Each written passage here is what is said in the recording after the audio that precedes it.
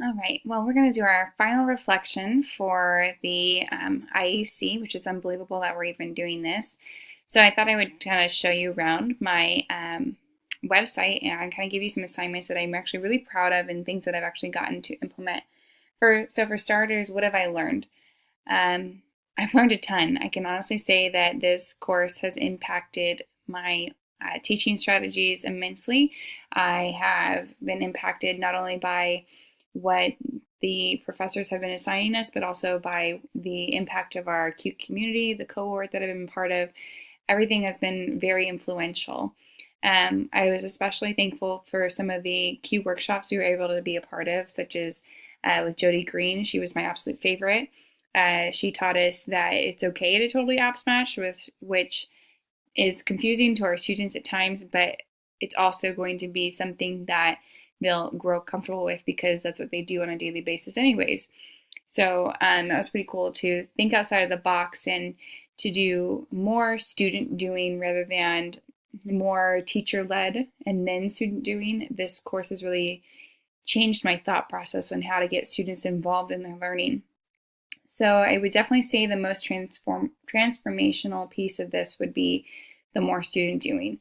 I was definitely one of your teachers that did a lot of group work or partner work, but I wasn't understanding why they couldn't help each other, why they couldn't assist one another to get the group project done. Um, it was just one of those challenging moments where you either felt like you needed to step in and be the controlled piece of the lesson, or you needed to give more direction, which is just another way of you stepping in the first place.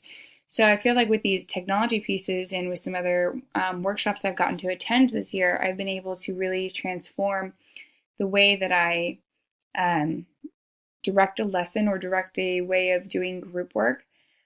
Other than that, it's just been able to create new ways to engage my students using those technology pieces to get them to do the group work that I originally wanted, but without me having to really direct them and get them back on the path of not messing around or whatever it is that's distracting them for that moment.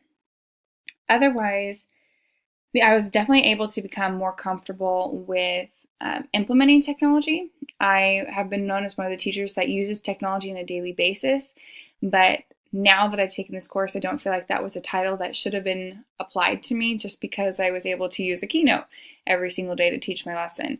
Now I really feel like I would be deserving of that title as a teacher who uses technology on a daily basis because my students are hands-on with it, not only with their lessons that I use to direct instruct about once a week, but when I'm not doing direct instruction those other 4 days, they're using technology to take charge of their learning, which is exactly what I think every teacher should strive to do.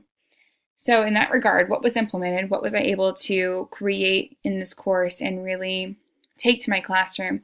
So for starters, I was definitely able to create more videos, which I used Educreations for. So for this particular video, we had to create a tutorial of some sort. And so I've been trying to flip my classroom as a result of taking this course, and my students were having a really difficult time even finding the links to the videos I was creating in the first place, which was really, really weird for me to have happen in the first place. So what I did is I made a video that went through every single piece of where to find the video in the first place, how to respond and show me that I had responded and done the questions that were asked of me, and how to turn those responses in. So you can see detailing through this Google Slides that I was able to insert into Educreations, that I was able to give a step-by-step direction of where I wanted my students to go to find the video links, which one I was looking for in regards to homeroom and switch, and where to do the survey. I always have them do a survey afterwards just to kind of give me a heads up of, hey, I did it, but this is the part I was successful with. This is the part that I was struggling with. How would I rate myself? What do I need to do? So this has been a really good, helpful way to do things, as this has been something my students have been able to refer back to assist them when they're at home trying to find a video.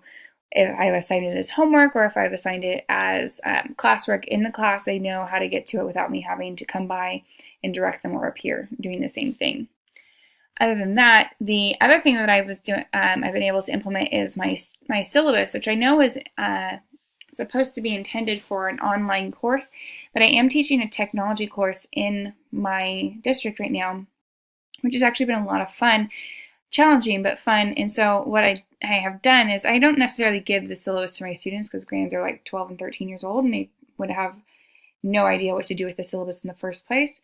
So I've been using the course structure and the topics that I created, and then using this as a guide to get myself a 12-week rotation with about 18 to 20 students, which is a very long time to have 18 students in your classroom when you can only do so much with technology in the first place, because our district has a few things blocked, such as like YouTube and everything else that I really wanted to do, but we can't do those, so we're compensating.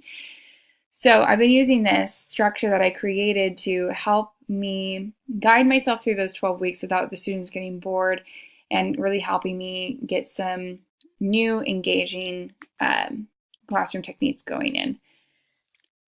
Third, I didn't necessarily implement the IronQ lesson that I created, but I used the idea of having an IronQ in both my technology class and the advanced math class that I teach. So I used this as a way for my technology students to app smash all of the web tools we had learned about, such as Google Drawing, Google Docs, Slides, Forms, Maps, and then they had to choose their own mystery technology. So this was something that they chose that they already knew about. So I had a lot of students choose Kahoot. Some other kids chose quizzes. Some people implemented Google Sheets if they were familiar with that. Another student of mine implemented a meme maker, which was pretty cool. So I've been getting some really, really awesome assignments turned in because of the thought of smashing things together to create an IronQ. And so the person who won got to have Starbucks on that day, which is typically not something I would do for a student, just because who pays $5 for a drink for one student that, isn't your favorite. So anyways, the last thing that I was able to implement was this science brochure that I made through Lucid Press, And so what my students were doing is they were assigned to do a motion, velocity, acceleration, and average speed. So we went through and we talked about the topic and we brainstormed ways that we could discuss and explain these topics to other students who may not know about them. And then they had to go to Lucid Press and they had to create a brochure where each word had to be explained in their own words, and then they had to do a special little assignment for each word. For instance, for motion, they had to write the word in their own words, and then they had to make a collage, a picture collage, using another app either on their phone or something they knew about as a web tool, and they had to implement that into their brochure. Then for average speed, they had to make a video. I implemented a video from YouTube, which they are unable to do. So they created their own with their phones, and I helped them put them on YouTube, and then they put the link in so that way it would work on Lucid Press. And then for acceleration and velocity, for velocity, they had to create a Google Drawing and then hook that up to a QR code so that when I print this out for open house, it'll be easy for their parents to scan and get a hold of and see their work right there on the wall. And then lastly, for acceleration, one way to make it fun and engaging is they had to create their own meme that went along with the definition of acceleration. So this was a really fun project. This was actually kind of a turning point in my classroom where students were getting more engaged with technology and their assignment. And I actually had 100% participation, which is actually pretty unusual for my switch class. I usually am missing about 5 assignments from those students, and every single student turned this in and said they enjoyed it, which was awesome to hear as a teacher. So I guess the last thing I implemented was my classroom change, which was I believe that was on the introduction to IEC. No. One second. I believe this one was, my before and after. So before I was able to do anything with my room, I had a lot of furniture, as you can see in that right corner. I had bookshelves, I had my own desk, I had 2 rolling cabinets, I had desks, obviously, for all my students, I had the TV in the corner, I've got the sink in the corner, which takes up its own space. And then finally, my husband helped me put up whiteboards all around the room. So I've got that 360 math almost going on in my room. And the tables and chairs are in groups of 4 as we're a Kagan district. So that helps me implement with that. I was able to get rid of my desk. I put a relax or chill zone in my corner of the room underneath the TV where there's bean bags and a rug they can hang out on. What I did do recently is instead of being in 4s, I put them in a double U shape. So that way there's actually extra space in the middle of the room. So that way they have more room to spread out when we are doing projects, which has actually been really helpful with their innovative ideas. So leading with that, I guess that makes me feel as though I've been definitely more innovative throughout this entire process. And I'm very thankful that I've been able to go through this course and change my teaching strategies. So I guess it's only up from here. So thank you, Mary, for helping us with all our stuff. And thanks for helping us learn how to implement more technology.